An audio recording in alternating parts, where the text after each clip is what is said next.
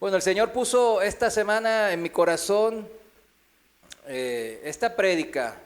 Se titula ¿Cuál es la razón de ser cristiano?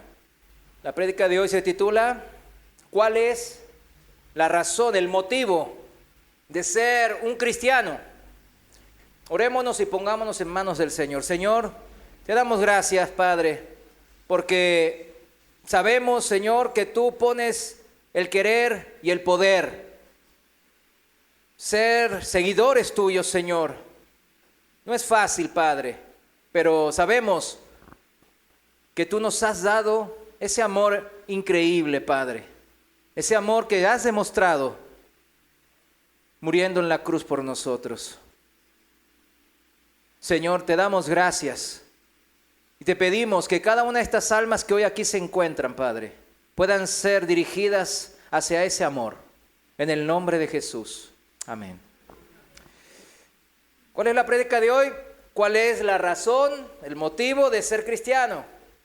Si hay una palabra, mis hermanos, que nos define, pues a la gran mayoría de lo que hoy estamos aquí reunidos en esta iglesia de Vicente Guerrero, es la palabra cristiano. Una palabra, mis hermanos, pues antigua. Es una palabra antigua, ¿no? Una palabra que nació hace 2000 años en aquella ciudad de Antioquía de Siria, hoy ubicada al norte de Siria actual. Esta palabra nació para llamar a todos los que seguían una doctrina de un tal Jesús de Nazaret, al que llamaban el Cristo. ¿Por qué? Porque era la manera en griego, que era la lengua que en ese entonces era como ahora el inglés, ¿no? Que está por todos lados del mundo, que se usa como lengua principal en general para comunicarse entre varias gentes de diferentes países y naciones. En esa época era el griego. Y Cristo era la traducción de lo que los judíos llamaban Mesías, que significa ungido. No cualquier ungido, sino el ungido, el que fue prometido por el Señor, por Dios, que sería como aquel profeta Moisés, liberaría a su pueblo. Claro, en aquella vez Moisés, el gran profeta del Antiguo Testamento, liberó al pueblo de Dios de Egipto, de un país pagano, líder, como ahora es Estados Unidos, pues en esa época era Egipto, líder en el mundo, pero pagano en sí, muy idólatra. Y Dios usó a Moisés para liberar. Y Jesús era ese Mesías prometido por Dios, como dice en Deuteronomio 18, como Moisés. Pero Jesús no nos liberaría de un país en específico, sino nos liberaría del yugo del pecado, mis hermanos. Por eso, la palabra cristianos era un término que la gente del mundo utilizaba para identificar a los que seguían a Cristo, a este Mesías, o susodicho Mesías, como decían. Le pusieron así, cristianos, a estos seguidores en Antioquía, porque eran diferentes, eran totalmente diferentes a ellos. ¿Por qué eran diferentes? Porque dijimos que ellos seguían la doctrina de Jesús. ¿Qué es la doctrina? Las enseñanzas de Jesús. En esos tiempos ya estaban los evangelios y algunas empezaban a purular esos evangelios y esos credos que vimos en la enseñanza pasada, en donde hablaba de los hechos de Jesús. Y era un término que la gente del mundo, recuérdenlo, ¿quién puso este término de cristianos? La gente del mundo. Le puso ¿a quiénes? A nuestros hermanos de esta primera generación en esta ciudad de Antioquía. Era un término que significaba para esa gente pequeños cristos. Pequeños cristos. Y tenía en ese entonces una clara connotación despectiva.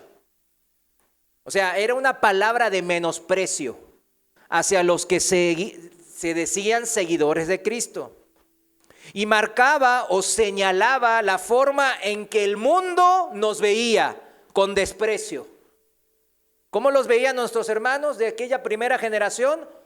Con desprecio. Y así el mismo Señor lo profetizó. Esto no era sorpresa para nuestros hermanos hace 2000 años. Vayamos juntos al Evangelio de San Juan, capítulo 15, versículo 18. Lo voy a leer en la Reina Valera contemporánea. Usted sígame en su versión que tiene ahí en su Biblia o aquí en la pantalla. San Juan 15, 18, dice así la palabra de Dios. Si el mundo los aborrece, dice el Señor, sepan que a mí me ha aborrecido antes que a ustedes. Si ustedes fueran del mundo, el mundo amaría lo suyo, pero el mundo los aborrece porque ustedes no son del mundo, aun cuando yo los elegí del mundo. Miren, aquí en el versículo 19 se los voy a leer en la traducción viviente para que se comprenda mejor. Fíjense cómo dice en esta traducción. 19. Si pertenecieran al mundo, el mundo los amaría como a uno de los suyos, pero ustedes ya no forman parte del mundo. Yo los elegí para que salieran del mundo, por eso el mundo los odia. Volvamos a la Reina Valera contemporánea del versículo 20. Dice, acuérdense de la palabra que les he dicho. El siervo no es mayor que su señor. Si a mí me han perseguido, también a ustedes los perseguirán. ¿Cuántos dicen amén? O sea, hay que decir amén. Es profecía del Señor. ¿Y el Señor se confunde? No, el Señor ya sabe el futuro. Ya sabe lo que va a pasar desde el inicio, dice. Y dice así, sigue así. Si han obedecido mi palabra, también obedecerán la de ustedes.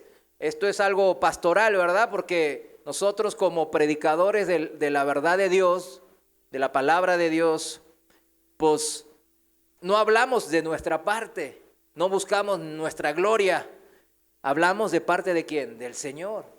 Por eso cuando nos ponemos en este púlpito lo hacemos con temor y temblor, porque no hablamos de a ver qué se me ocurre, a ver qué se me va a ocurrir.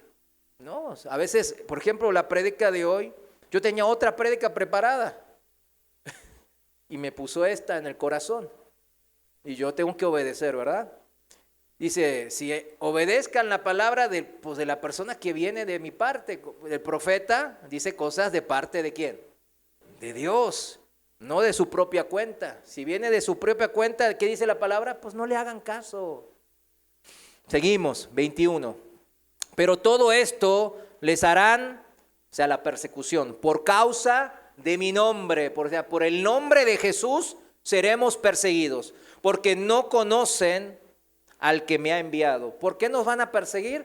Porque no conocen al que me ha enviado. Recordemos, ¿quiénes estuvieron el domingo pasado? ¿Quiénes recuerdan el título? ¿Cuál era el propósito de mi vida? Era el tema del domingo pasado. ¿Y qué dijimos? Que Juan 17:3 dice así. Se los voy a releer en la Reina Valera. Evangelio de San Juan 17:3 dice, y esta es la vida eterna, que te conozcan a ti, el único Dios verdadero, y a Jesucristo, a quien has enviado. Dijimos que el propósito de nuestra vida era conocer a Dios. ¿Por qué? Para entender sus pensamientos, para amoldarnos a esos pensamientos. Y esos pensamientos buscaban ¿qué? Nuestra bendición, que nos vaya bien. Buscaban asegurarnos que la vida eterna. Ese era el propósito último de nuestro Dios. Pero ¿por qué nos persiguen? Dice hoy. Porque no conocen a Dios. La gente que no conoce a Dios busca su propia gloria. Y en eso eso no agrada a Dios. Y sabemos que los que no conocen a Dios, como aquí dice la palabra, terminan haciéndole bullying, persiguiendo, menospreciando ¿a quiénes? A los que aman a Dios. Vamos a llamarlo, este enfrentamiento, no es algo que yo me saqué de la galera, sino que es algo que acabamos de leer en la palabra de Dios. Es algo natural, de una manera natural, así se van dando las cosas. Pero debemos entender que si nosotros reconocemos como mejor y superior los pensamientos, las intenciones del Señor, que nuestras propias intenciones y pensamientos, ya estamos empezando a entender el propósito de Dios, a conocer a Dios. Ya estamos empezando a entrar en su orden, al cual Él nos ha llamado. Y empezamos entonces a aceptar a Jesucristo. Aceptar a Jesucristo se dice fácil. ¿Usted es cristiano? Sí. ¿Y cree en Cristo? Sí. ¿Acepta a Cristo? Claro que lo acepto. Amén. Amén y aleluya por Cristo Jesús. Pero aceptar a Cristo es aceptar lo que Él hizo y lo que Él dijo. La palabra de Dios dice que siempre imitemos a Cristo. Para nosotros, mis hermanos, implica primeramente una humillación en obediencia al Señor. Y eso comienza, ya lo hemos dicho, y no me voy a cansar de repetir, para nosotros como seres humanos, como hombres y mujeres, implica el primer paso, el arrepentimiento de todos mis pecados. Ahí búsquele. O sea, no es tan difícil buscar en mi corazón cuáles son mis pecados. Esto implica también la vida confiando en Cristo, perseverando en seguir su ejemplo. La gente del mundo no conoce a Dios y por eso menosprecia a Cristo. Pero los que conocemos a Dios, lo que vamos entendiendo cuál es el propósito de Dios para con este mundo, esta gente, esta humanidad, empezamos a entender y valorar la cruz de Cristo. La Biblia muestra a este Dios perfecto y amoroso. La Biblia muestra que este Dios también es santo. Y es una palabra que ahora está muy fuera de moda. ¿Verdad que sí? Como que cuando uno dice santo, dice, ya empezó el religioso. Ya dice que no sé. No, santos son los que están por allá, ya volando con alas. No. La Biblia llama a los creyentes santos. ¿Por qué? Porque dice la palabra que si Él es santo, nosotros debemos de imitarle y tratar de alcanzar esa santidad. Hoy vamos a ver todo esto y vamos a ver por qué eso tiene que ver con el saber ser un cristiano. El plan de Dios, mis hermanos, ¿cuál es el plan de Dios? Es la salvación de toda la humanidad, de todo hombre y mujer. Pero eso, mis hermanos, al mundo se le hace una locura. ¿Por qué? Porque primeramente dice, ¿salvarme de qué? Por consiguiente, el mundo menosprecia a todos los que creemos en esa palabra. Que Dios sí tiene ese corazón lleno de amor, dispuesto hasta entregar su vida en la cruz. ¿Por qué? Por salvarnos a nosotros. El mundo menosprecia eso y menosprecia a los que creemos en eso. Por eso, en esa época, allá en Antioquía, hace 2000 años, llamaron cristianos a nuestros hermanos, un término peyorativo, pero que resalta, mis hermanos, resalta la única característica que unía y hacía homogénea a muchas personas muy diferentes, de muchas razas, de muchas lenguas, de muchos pueblos y naciones. Tanta diversidad, mis hermanos. pero así se lograba definirlos en una sola palabra: cristianos. ¿Qué los hacía tan homogéneos siendo tan heterogéneos?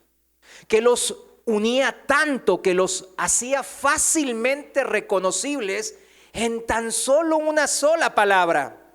La respuesta es obvia y es Cristo. La figura de Jesús los unificaba en un solo cuerpo, en un solo hacer, en un solo sentir. El ejemplo de Jesús hacía que ellos se vean como pequeños Cristos.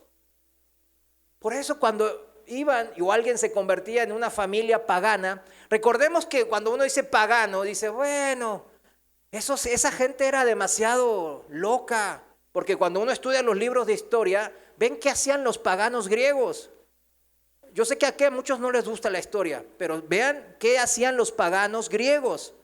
En los templos iban y tenían sexo con los sacerdotes o las sacerdotisas. Eso era normal en la cultura griega.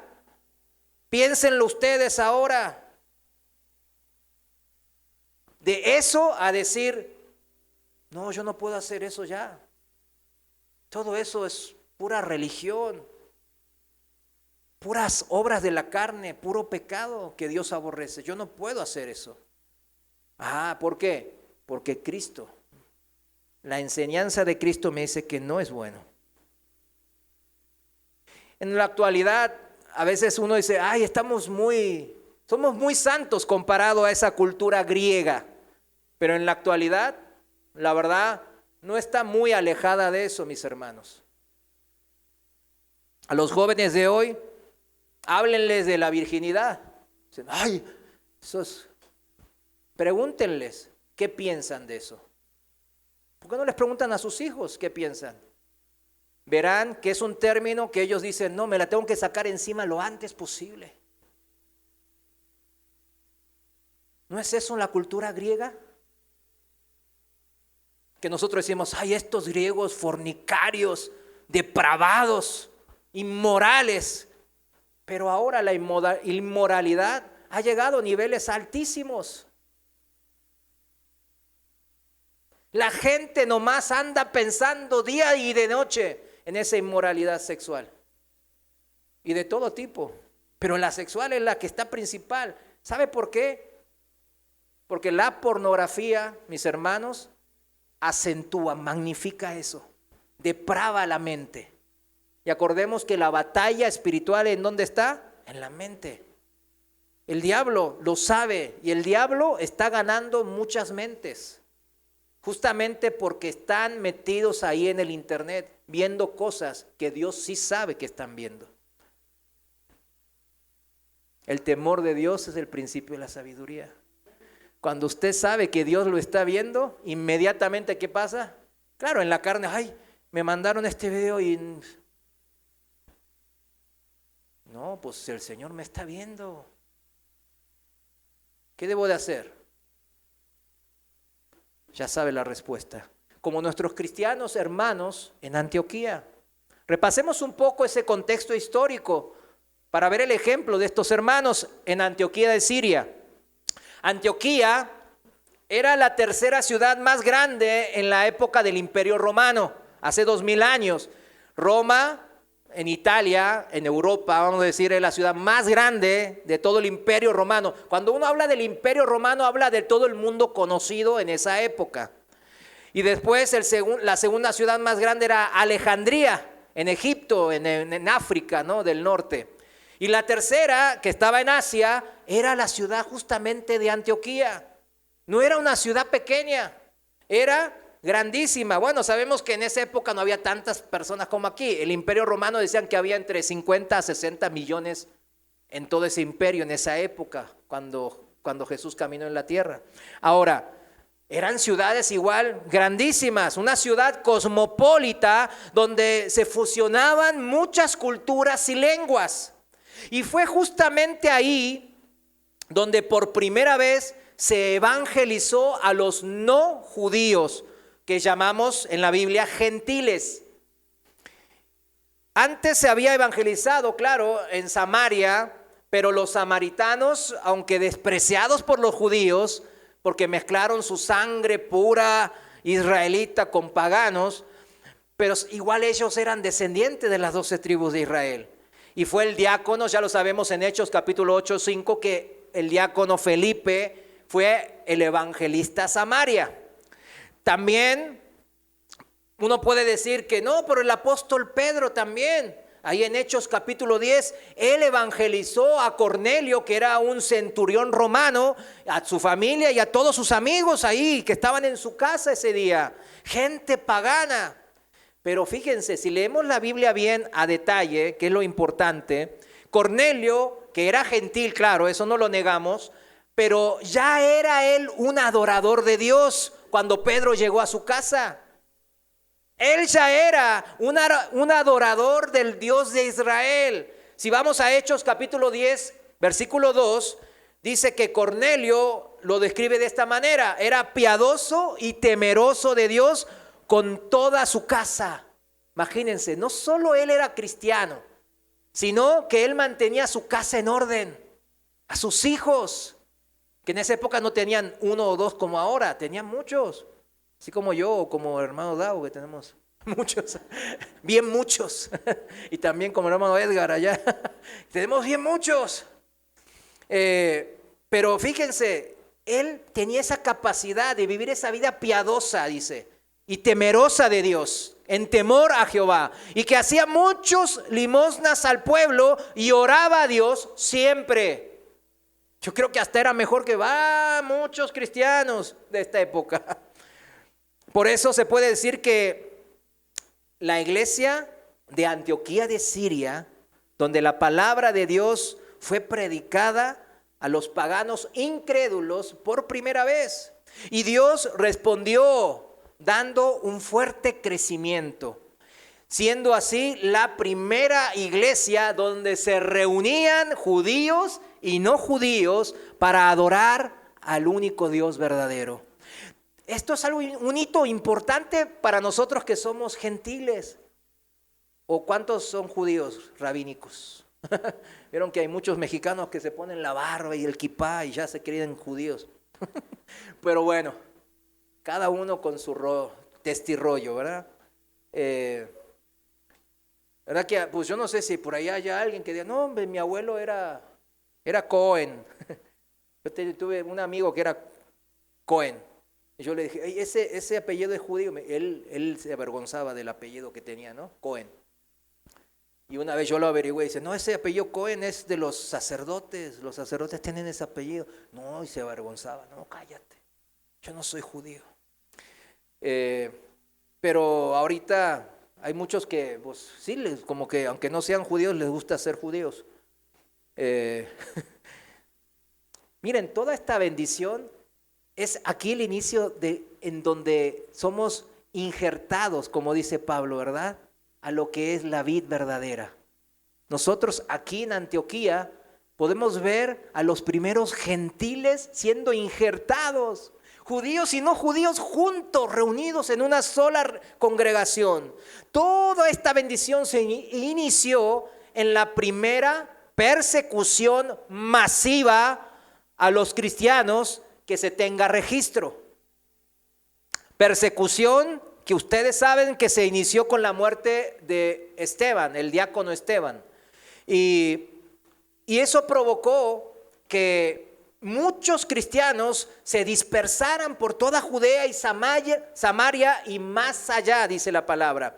Los pensamientos de Dios, siendo lo que son, ¿verdad? Mucho más altos y mejores que los nuestros. Aquí, directo en acción, mis hermanos. Porque si alguno le dice, ¿usted quiere ser perseguido? Inmediatamente, ¿qué va a decir? Pues no. Bueno, algún hermano dice, aleluya, amén, persíganme. Ya me preparé para la maratón. Pero fíjense, no es tan así. A nadie le gusta sufrir en esta carne. Estar enfermo o que nos vengan y nos menosprecien y maten a seres queridos o a mí incluso, ¿verdad? Pero aquí vemos que los pensamientos de Dios son mucho más altos y mejores que los nuestros. En esto había un plan de Dios. Vaya haciendo la relación en cadena. Estamos hablando de que la primera iglesia establecida y firme, que creció con gran poder después de la de Jerusalén, era una iglesia que se juntaban gentiles por primera vez. Y esos gentiles se juntaron, ¿por qué? Por la persecución que hubo en Jerusalén, por la muerte de Esteban. Hechos capítulo 8, versículo 4, el libro de los Hechos de los Apóstoles, capítulo 8, versículo 4 dice: pero los que fueron esparcidos, dispersados, iban por todas partes anunciando el evangelio. Subraye eso, mis hermanos, porque aquí hacemos una pequeña nota y dice: tengamos en cuenta que estos cristianos que están siendo perseguidos, la mayoría eran recién convertidos. Recién acababan de entrar en el orden, de ver, de probar un poco el amor de Dios, de entender por qué Cristo vino a morir en la cruz. Y habían perdido casas, terrenos, ganados, cosechas, bienes materiales, aún a familiares, a hijos que murieron por esta misma persecución. Pero seguían ellos, ¿qué dice aquí? Seguían anunciando las buenas nuevas. E inmediatamente entonces surge esta pregunta en nuestro ser interior, en mi mente, surge esta pregunta: ¿qué de buenas pueden ser si lo hemos perdido todo? ¿Qué de bueno puede ser esto? Sí entiendo que Él es el Cristo, me está cambiando, pero ¿qué de bueno hay en esto? Si he perdido todo, me persiguen, me odia a todos. Los que antes eran mis amigos, ahora me odian. Pero si estos cristianos recién convertidos lo anunciaban, las buenas nuevas, el evangelio, por todos los lugares que ellos iban, dice la palabra, era porque no habían perdido el gozo de la fe. O ni modo que prediquen estando bien tristes, llorando de amargura ahí, predicando. Crean en Cristo, porque igual te va a ir en feria si crees, pero cree y estarás así como yo, sin techo, emigrante, así como los que cruzan el río al otro lado, al norte, refugiado. Mi esposa me abandonó. Entonces, qué bueno. Pero esas no son buenas nuevas, son malas nuevas. ¿Te imaginas que anden predicando así y que toda esa predicación del evangelio, ese evangelismo haya resultado en lo que hoy es el cristianismo? Pues llegó a 2000 años después, tuvo repercusión. ¿O se imaginan que prediquen enojados? Crean en Cristo, crean, pues miren, yo ando enojado, crean, estoy hasta acá, pero crean. Ya, no me provoquen más porque ya exploté, ya.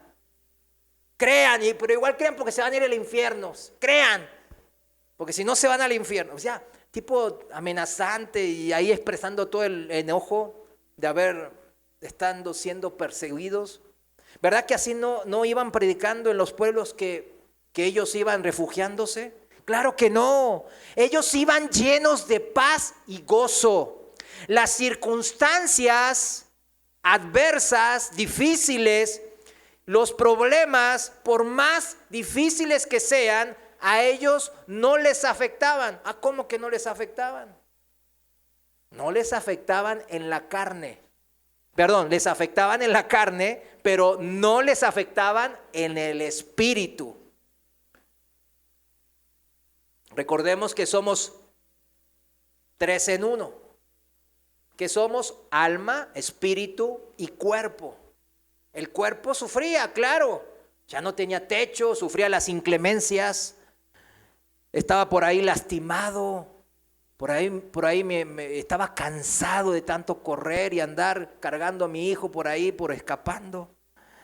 Pero mi espíritu, el espíritu de estos cristianos perseguidos, tenía gozo. Ellos sabían en quién habían creído.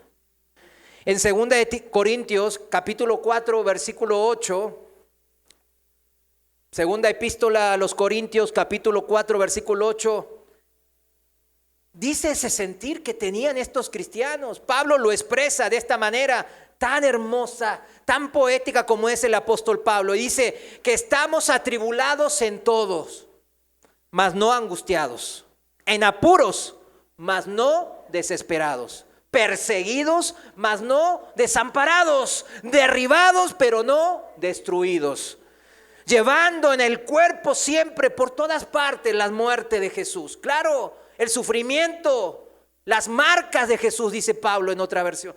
Las marcas, o sea, el sufrimiento que llevo por ser pequeño Cristo. Para que también la vida de Jesús se manifieste en nuestros cuerpos.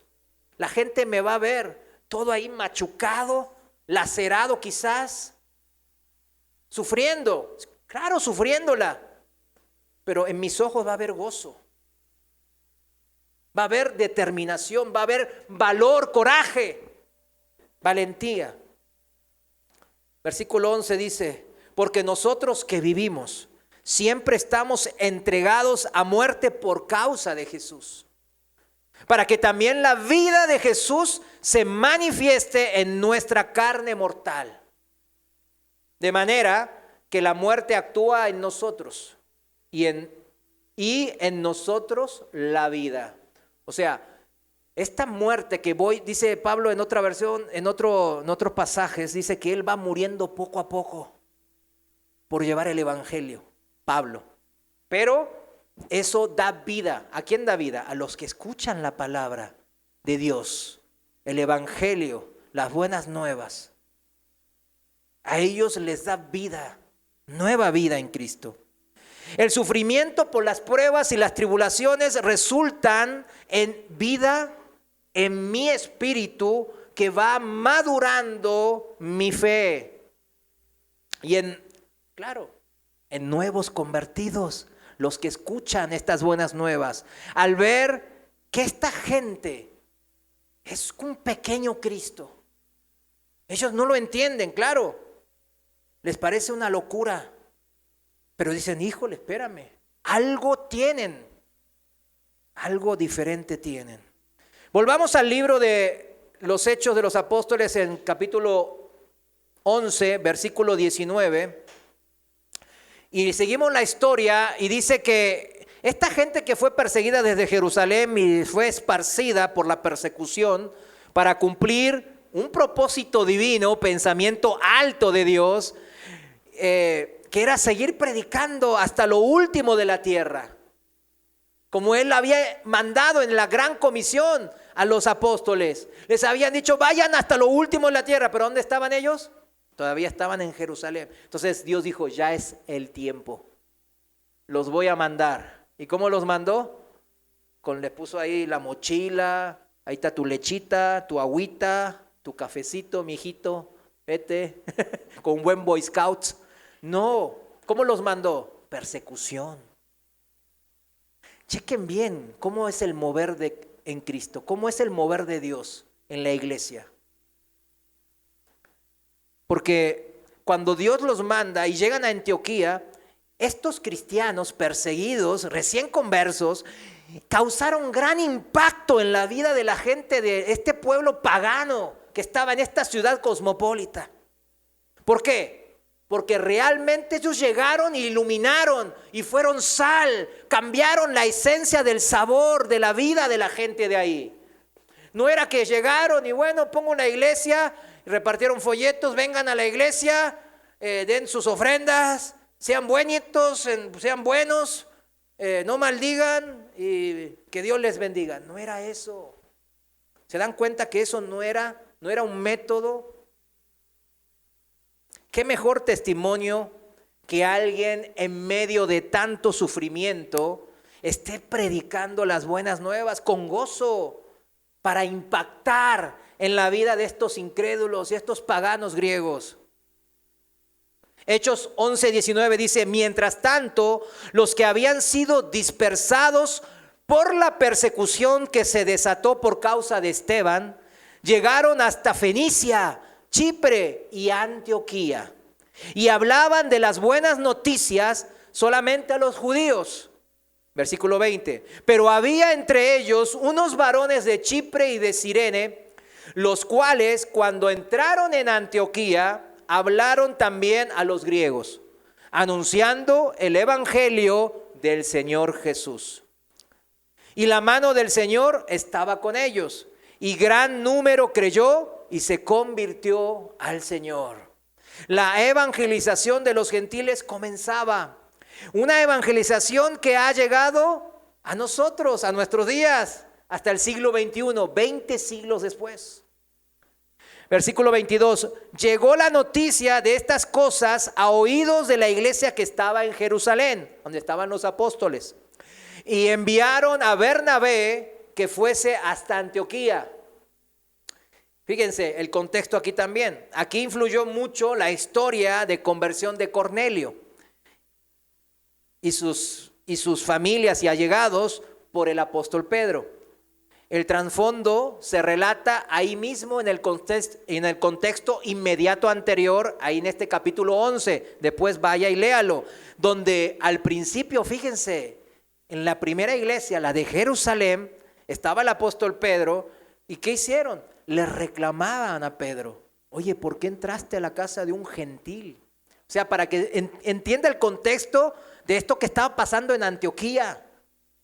Era algo increíble para esa época, porque fíjense, los mismos apóstoles batallaban con ese concepto.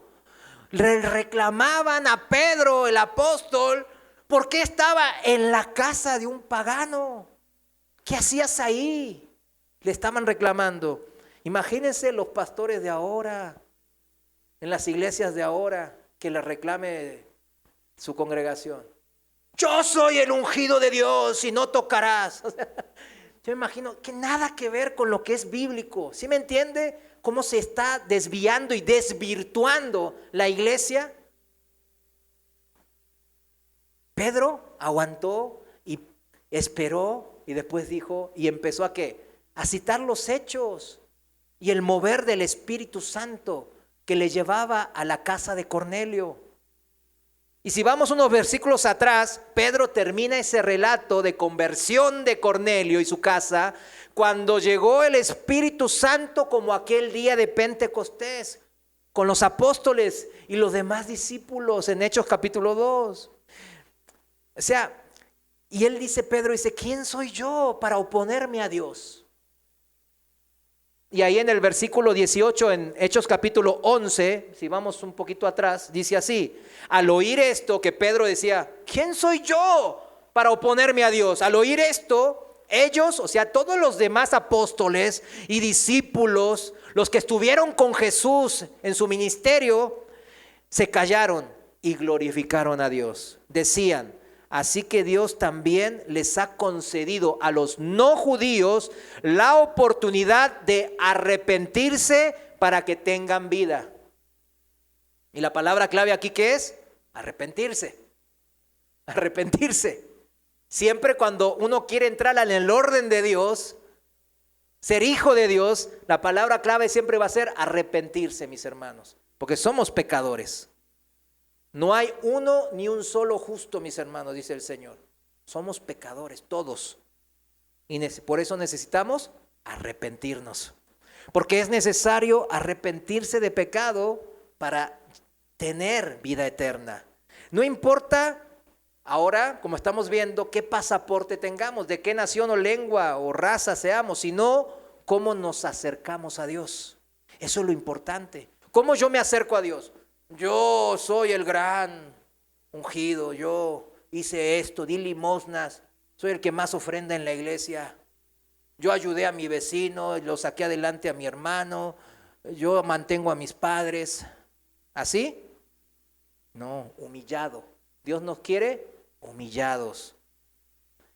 Y quise comentar este pasaje más a detalle porque está hablando de la expansión de la predicación del mensaje de salvación, el evangelio, pero ahora también para los gentiles. Nosotros somos gentiles, recordemos eso. Este es el punto de inflexión donde los apóstoles mismos les cae el 20, entienden que el plan de salvación de Dios era para toda la humanidad, todo linaje, lengua, pueblo y nación, dice la palabra.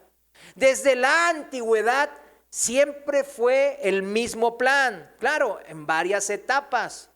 Por eso le dijo el Señor en Génesis capítulo 12 a Abraham, ¿qué le dice? Y serán benditas en ti todas las familias de la tierra. Pero los judíos se la creyeron. En vez de tener un espíritu humillado ante Dios, se la creyeron. Somos nación santa y sacerdotes. Somos el gran pueblo del gran Dios vivo. Y entendieron mal su función como pueblo de Dios. Continuemos con el pasaje en Hechos capítulo 11. Los gentiles entonces eran ¿qué? Evangelizados por primera vez y se salvaban. El Espíritu Santo obraba. Y leemos otra vez el versículo 22. Y llegó la noticia de estas cosas a oídos de la iglesia que estaba en Jerusalén. Y enviaron a Bernabé que fuese hasta Antioquía.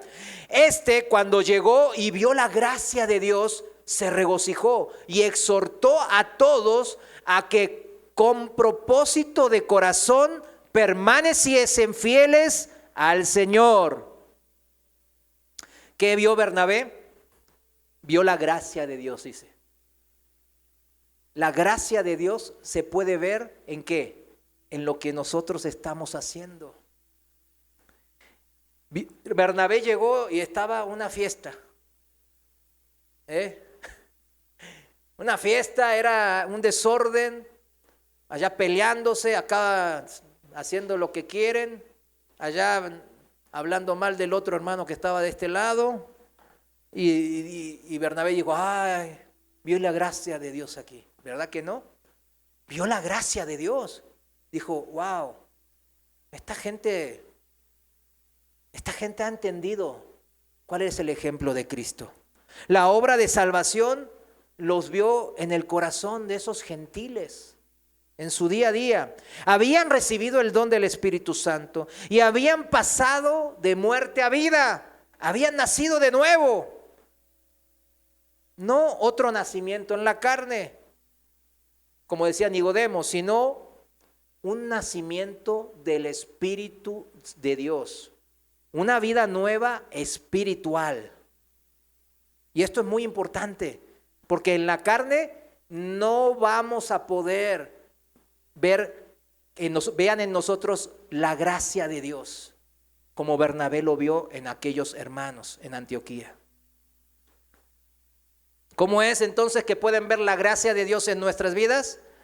Con una nueva vida en Cristo, una vida espiritual, porque la carne no aprovecha para nada, dice la palabra. La carne, ¿qué produce? Más obras de la carne. Y las obras de la carne, búsquelo ahí en Gálatas capítulo 5, versículo 16 al 19. Ahí búsquelo. Son 17, 18 obras de la carne. Búsquelo y vea que eso no va a llevar. Ellos dicen, esos no heredan el reino de Dios. Pero una nueva vida en Cristo, recibida por mi arrepentimiento y entender que Cristo ya hizo todo por mí, entonces esa es la nueva vida en Cristo, con ese Espíritu Santo ya en mí, que me lleva y me guía a vivir esa vida de gracia a los ojos de Dios y de los hermanos. La guía y el poder de Dios en mí me hace pequeño Cristo. Y Bernabé se regocijó, dice, se alegró mucho Bernabé. Estaba él contentísimo.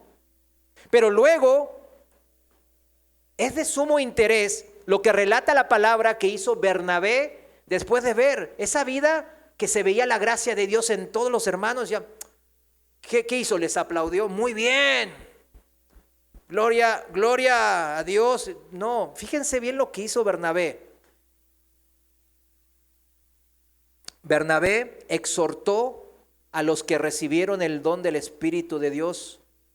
¿Cómo los exhortó? A que vivan una vida con un corazón, lo que su corazón les digan, por sus instintos. a que hagan lo que piensen que les va a hacer felices? O que sigan haciendo lo que venían haciendo. Al fin y al cabo ya habían recibido la gracia de Dios. Bernabé no los exhortó a eso, ¿verdad que no? El apóstol Bernabé les amonestó, les exhortó, les aconsejó, es esa palabra, que permanezcan firmes, fieles a la doctrina de Cristo. A eso les exhortó. Por eso él fue enviado a Antioquía.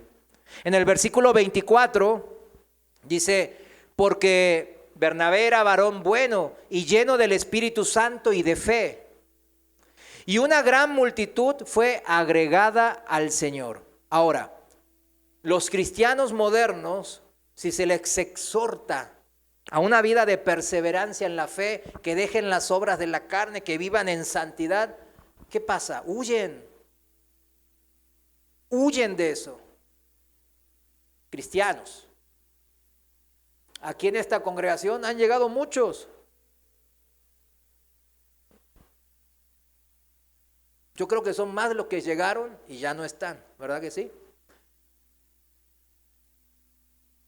Mas sin embargo, mis hermanos, en Antioquía, al decirles a los hermanos, vivan en santidad, como Bernabé les decía, les exhortaba, sigan la doctrina de Cristo, vivan en santidad, estén firmes en las enseñanzas del Señor, como Cristo nos mostró el ejemplo.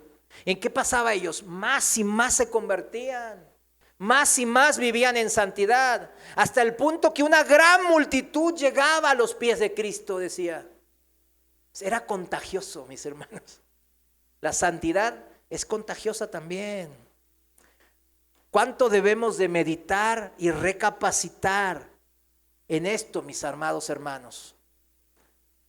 Si ahora el apóstol Bernabé estaría en este púlpito, o el apóstol Pablo, póngale a alguien así como, y les dice la misma exhortación que aquí Bernabé hizo, ¿usted qué haría?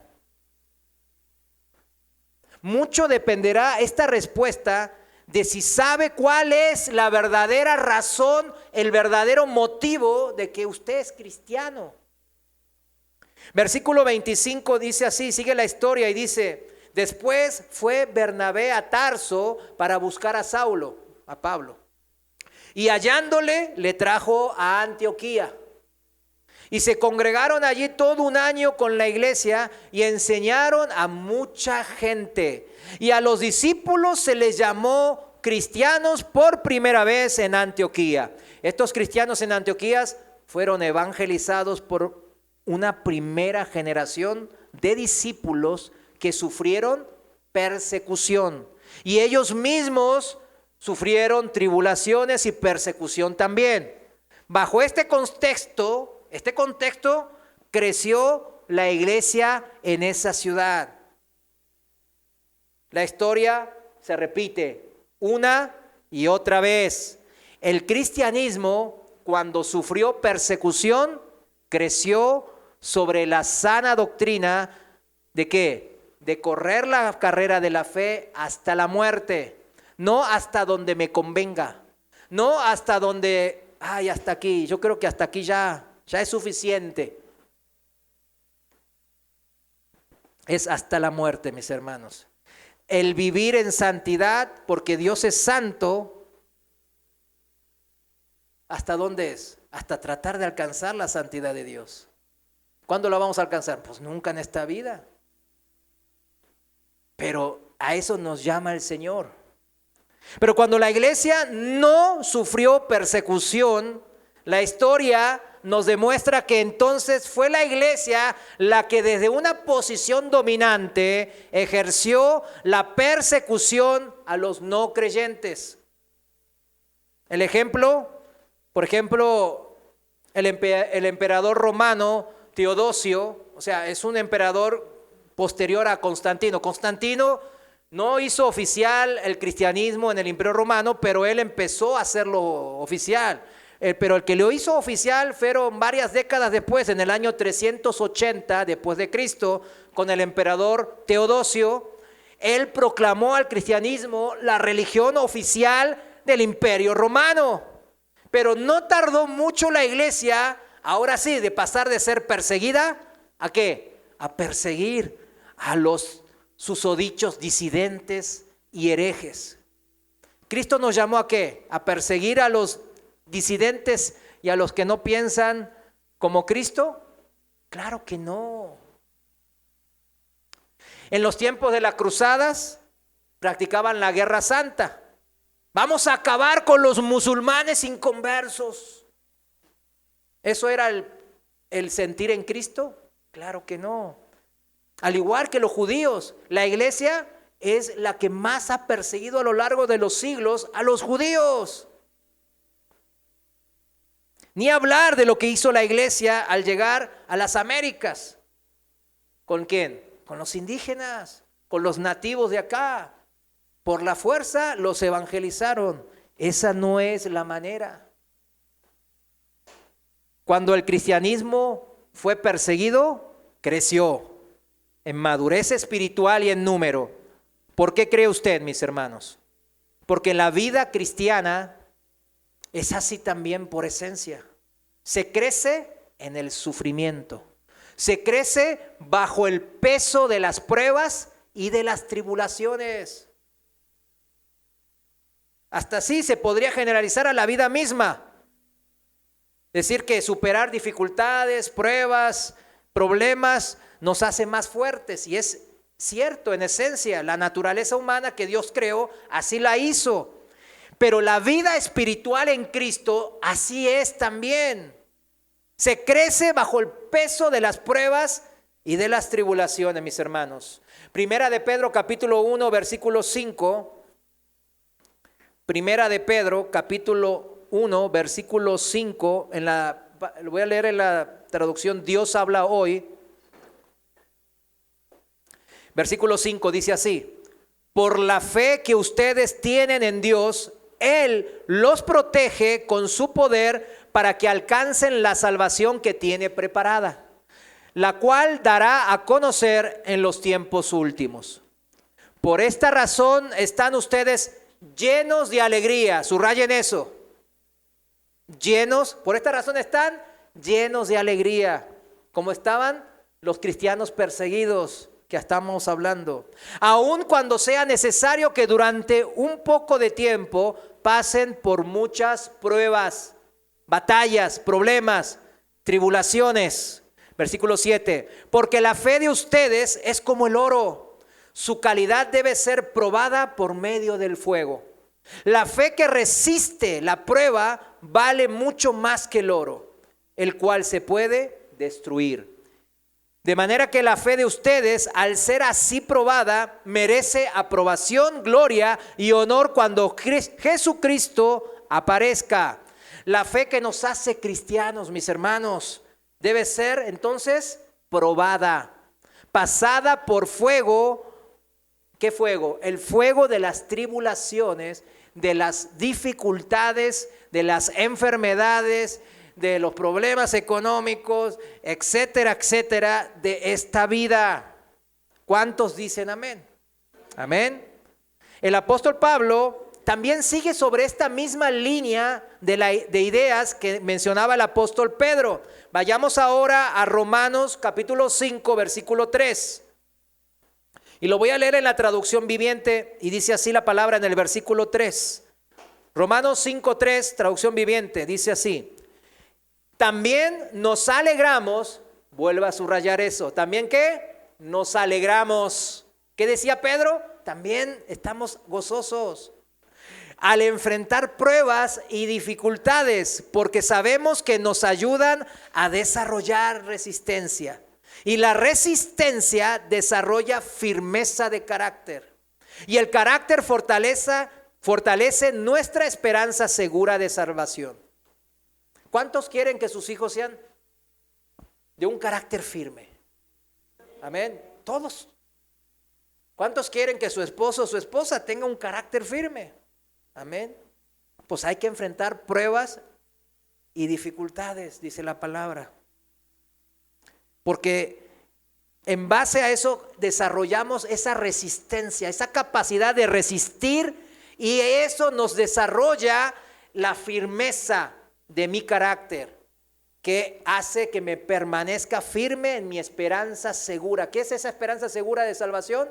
El Evangelio, que me promete vida eterna en Cristo Jesús. Porque el versículo 5 dice, y esa esperanza no acabará en desilusión, pues sabemos con cuánta ternura nos ama Dios, porque nos ha dado el Espíritu Santo para llenar nuestro corazón con su amor. Este versículo, mis hermanos, por favor, anótelo bien.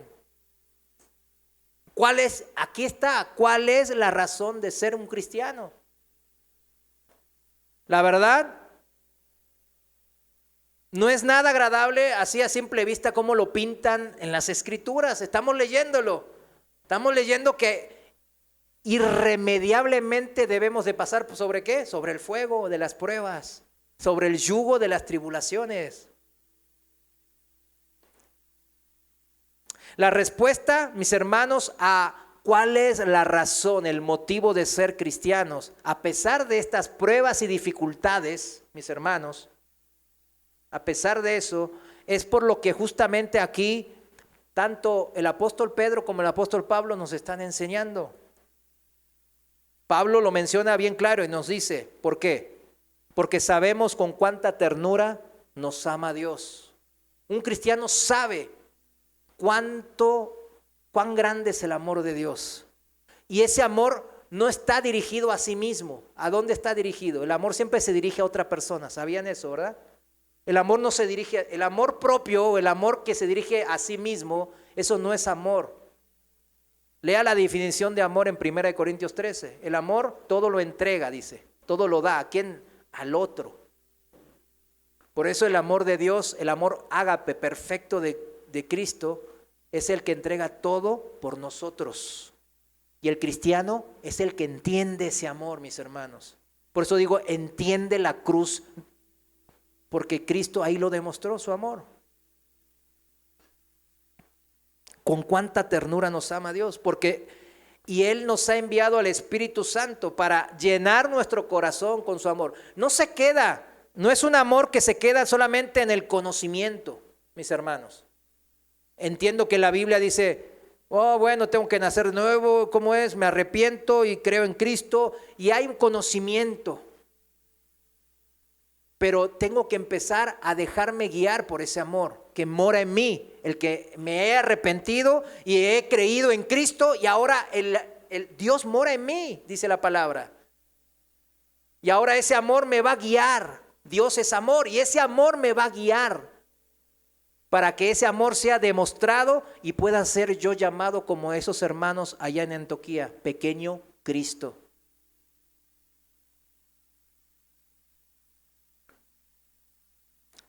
Tanto Pedro en 1 Pedro capítulo 1 como Pablo en Romanos capítulo 5, ¿cómo empezaron los dos esta difícil manera de decirle a los hermanos? Oigan, híjole, ser cristianos no es fácil, hay que sufrir, porque en el sufrimiento nuestra fe se fortalece.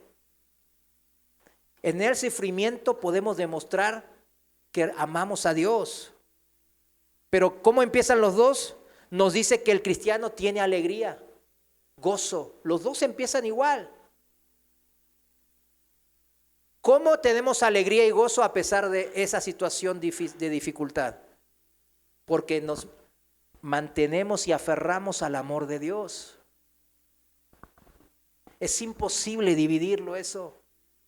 Si el amor de Dios usted no lo entiende o ay, Dios me amará, es muy difícil vivir la vida de pequeño Cristo.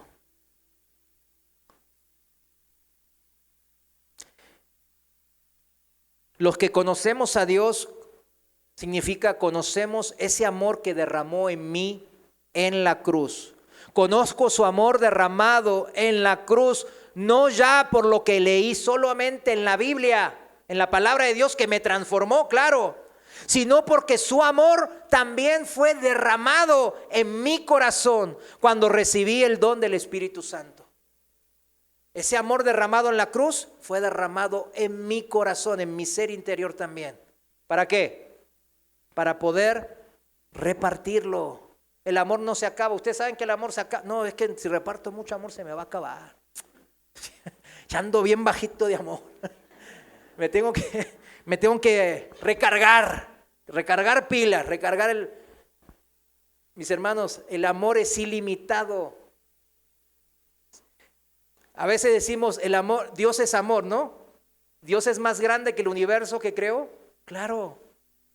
Cuando vemos el universo infinito, que no tiene fin y que se siguen apareciendo galaxias y galaxias y galaxias. Y vemos que Dios es más grande que ese infinito universo. Visible, porque hay las cosas invisibles también. Pero Dios es mayor a lo que Él creó.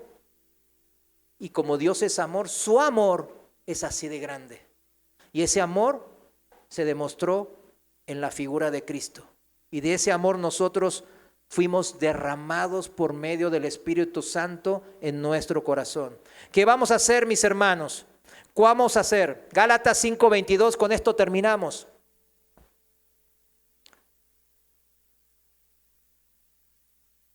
Conocer de este amor derramado por Cristo en la cruz, necesitamos ahora derramarlo también en otras personas, mis hermanos. Porque dice Gálatas 5:22, mas el fruto del Espíritu es amor. Y en el versículo 25 dice, si vivimos por el Espíritu, andemos por el Espíritu. O sea, sigamos su guía y sigamos derramando amor como aquellos cristianos que estaban en Antioquía. Ese amor que superaba toda barrera de lengua, nación, de diferente cultura. Estaba por sobre eso, mis hermanos. Hermanos, debemos entender eso. Y ahora sí cierro con Efesios capítulo 5, versículo 1. ¿Qué los distinguía a los hermanos en Antioquía? Y los hacía uno, los hacía cristianos, los definía en una sola palabra. El amor de Cristo. Y dice Efesios capítulo 1 en la Reina Valera contemporánea. Por tanto, imiten a Dios como hijos amados. ¿Cuántos se sienten amados por Dios? Amén. Esa es la cualidad del cristiano. 2, vivan en amor, como también Cristo nos amó y se entregó a sí mismo por nosotros, como ofrenda y sacrificio a Dios, de aroma fragante. Vivir en amor solo es posible así, mis hermanos, si hemos recibido el don del Espíritu en nuestro corazón. Y si lo ha recibido, porque se ha arrepentido y ha creído en Cristo Jesús, ahora esa es la misma razón de por qué a usted se le puede ser llamado cristiano. Recuerden, el cristiano, yo puedo decir que soy cristiano, pero ¿cuándo tiene valor? Cuando la gente del mundo, como aquellos tiempos en Antioquía, me llame a mí cristiano. ¿Sus amigos lo llaman cristiano? Chéquelo, es una medida. Le dan la vuelta. No, ahí viene el cura. Ahí viene el monje maldito, me dicen. ¿En serio? Mis amigos del mundo que tanto me amaban y querían, porque era borrachín y fiestero como ellos, ahora me sacan la vuelta. ¿Por qué? Porque ellos me dicen, este es un pequeño Cristo. Esa es la manera de saber si soy cristiano. Amén. Póngase de pie. Señor, gracias te damos porque tu palabra es vida. Tu palabra nos cambia. Tu palabra, Señor, nos dirige. Y hoy nos ha dirigido, Padre, nos ha redarguido, nos ha exhortado como Bernabé exhortó a aquellos hermanos en Antioquía. Cuando los vio y vio la gracia de Dios, vio tu gracia moverse en el mover de la vida de estos hermanos, tanto judíos como gentiles, moviéndose al unísono, en un solo cuerpo, en un solo sentir, en un solo pensar, en tu pensamiento, en tu doctrina, Señor, en tu ejemplo.